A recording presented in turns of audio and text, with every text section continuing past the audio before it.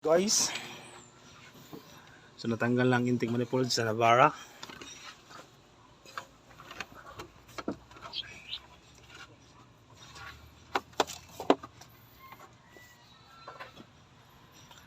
Cleaning ka po niya sa intake manifold DGR siya guys. So naman na itong sa i1 sa 1 kg engine humana taod. Kanina po siya, bago na po niya, gapon po niya, ganiha po niya, gapon eh. Tapos po niya na sulod, bago. Cleaning intake manifold o EGR.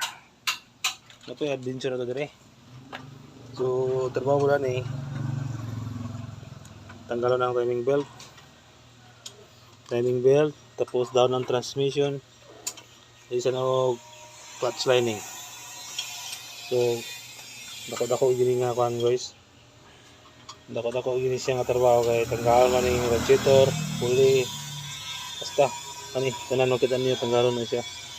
Yes. Kay isa mga ka timing belt, dako man siya nga timing belt tanan mo yang gi pagkulo na sa polya. Balancer belt. Basta ano na siya. Nagsugdan na siya og tanggal guys, no. Nagigay sa alom.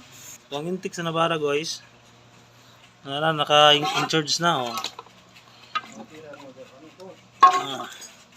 Ang gatira na, di na po lahi, nangihig na sila alom, nagatira na po. Ang utira din na sa timing belt, siyempre, ako na po. Lahi may uga ng kuhan. Ano bang kuhan? Basta, mga lahi may.